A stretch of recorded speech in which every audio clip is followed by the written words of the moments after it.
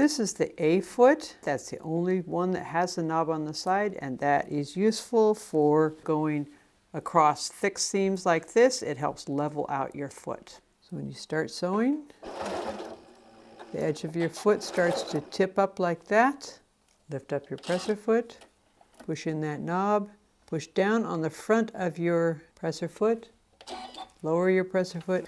You can see how it's nice and straight there, and you can keep sewing. And it goes right across that thick area. This foot is for doing overcasting. Now, when you do overcasting on thinner fabric like this, oftentimes you get a little bit of curling that happens at the edge. When you use the overcasting foot, it makes the top thread a little bit looser so that you get a nice flat edge on your overcast.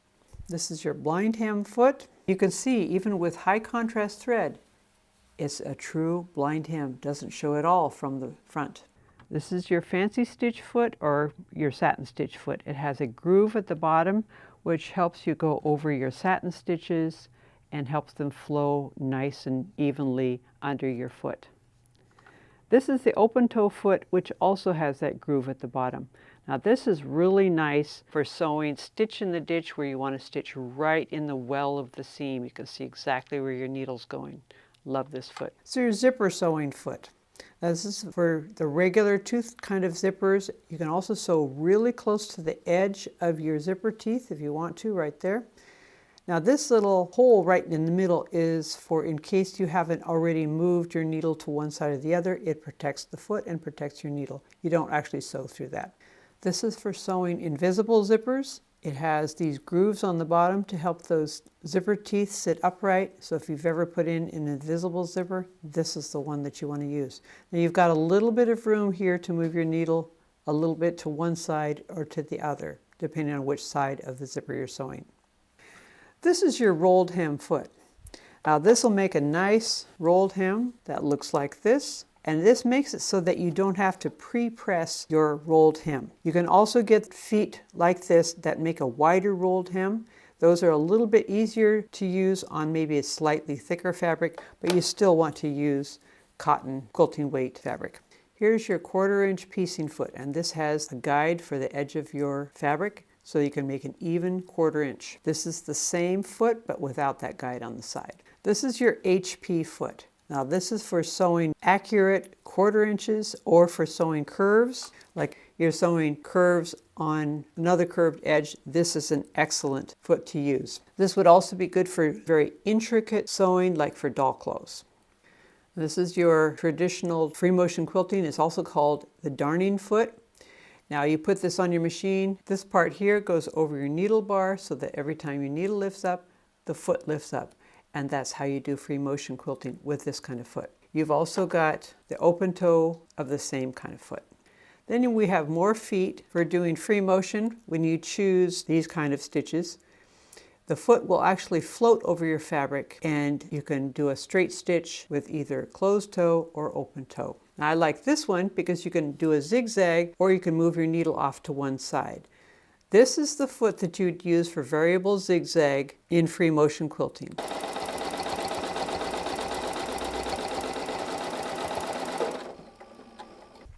This is your ruler work foot. So if you do ruler work, this is the foot you would use. This is your button sewing foot for these kind of buttons. This is your buttonhole foot. It really makes sewing buttonholes easy. Now this is a stabilizer plate. What this is useful for is if you're sewing buttonholes on a coat, you can put all the layers of your coat in there and it keeps them together so that they don't slide around. They just make a beautiful buttonhole. Now for most buttonholes on shirtweight fabric, I generally take that off. This here is your button shank tool. When you are sewing on buttons using this, you'd put that behind there and it gives a little bit of space between the bottom of your button and your fabric, making it easier to button your buttons. What this is also good for really thick seams that you're going across, you can use this tool here, put that right behind your seam, just making sure that the needle has some place to go, and that will flatten out your foot.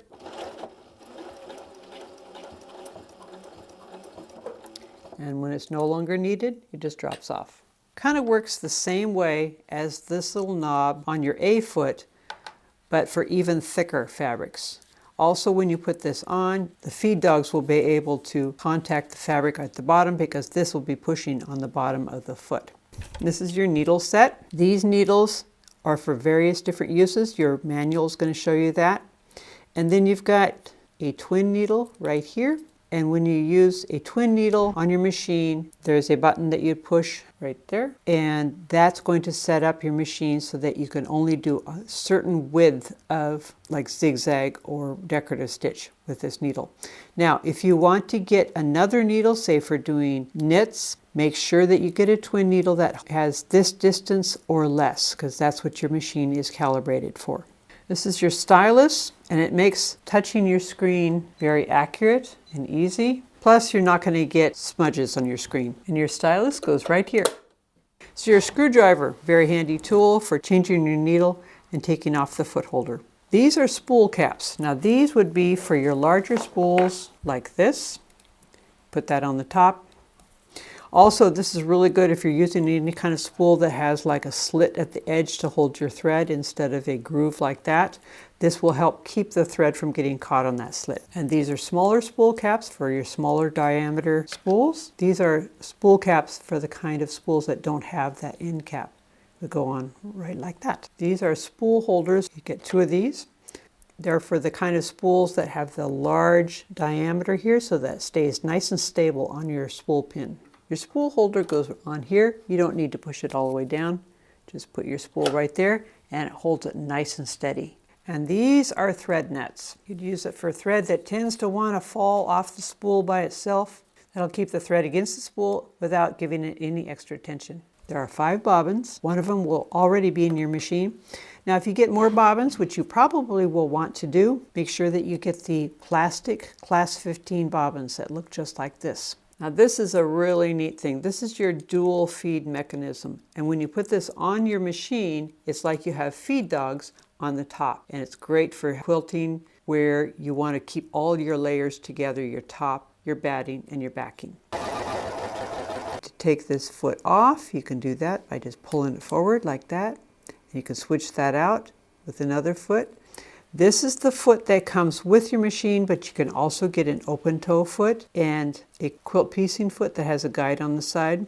To put it back on, these little lugs here go into those little jaws right there. Just line it up, push it straight back, and it's on. This shows the last 3 steps of threading your machine, and you can put the sticker right here if you want. And then of course we have our seam ripper, which is great for unpicking your seams, but also this is good for opening buttonholes. Has a little cover, goes on like this, has these little lugs that keep it from rolling away. And of course your cleaning brush. We have another video on how to maintain your machine, especially the bobbin area. And we have your instruction book, lots of great information in here. The cloth guide to put it on your machine. Take off your bobbin cover, put these little pieces right underneath there and snap it on. Now you can adjust the cloth guide with this little lock here, push this upwards, and you can move it to wherever you want. The scale here will show you how far away you are from the needle. Say for instance, at 1/4 of an inch, lock it in place, and there you go. Your stitching will be at 1/4 inch. To get 5/8 inch, you can lock it in place right like that. Now to remove it, you will need to move the slider to the side, unlock it, move it over, and lift it up a little bit as you're pushing the latch. You can put your cover right back on, just like that. This is one of my favorite tools. This is the knee lifter. It makes for hands-free lifting and lowering your presser foot. It plugs in right here, plug it in firmly, and now you can raise and lower your presser foot just by pushing it with your knee. Here we have the straight stitch needle plate, going to be great for doing free motion quilting because you've got 3 different holes for your needle. Now when you're doing free motion quilting, you probably want the left hand needle position for your best stitch quality. But you can also use the center needle position. I also like this for if I'm doing some fine fabric that tends to be a little bit bendy and might get pushed down into that nice wide stitch hole that's on your zigzag plate. And this is what your zigzag plate looks like. This is your HP plate. So if you're using either your HP foot like this or your HP dual feed foot like this, this is the plate you want. Now when you put these on your machine, it will read the needle plate. That's what it does right down here. It reads the needle plate, so it will not allow you to do a zigzag either with this needle plate or with this needle plate. That way you won't accidentally break a needle. Now this is our storage box. You can put the feet that you use most frequently right here, and this comes off. You've got a place for bobbins. This also comes out if you want to use this area for other things. Your needle plates will fit right on top, right like that. And you can put storage underneath. You can either have it this way or this way, depending on your preference. Now this is the ASR or AcuStitch regulator. It'll make nice even stitches. Now to give you an example, this is my free motion stitching, but you can see that some of these stitches are longer and some of them are much shorter. The AcuStitch regulator will help make sure that your stitches are a nice even distance. I have another video on how to use this. It also comes with other feet that you can attach. The way you would do that, you push this button, lift it down, pull it off, and now we've got the open toe foot. Put that on there, snap it on. It comes with closed toe, open toe. The zigzag foot, kind of similar to this one here, also comes with your ruler work foot.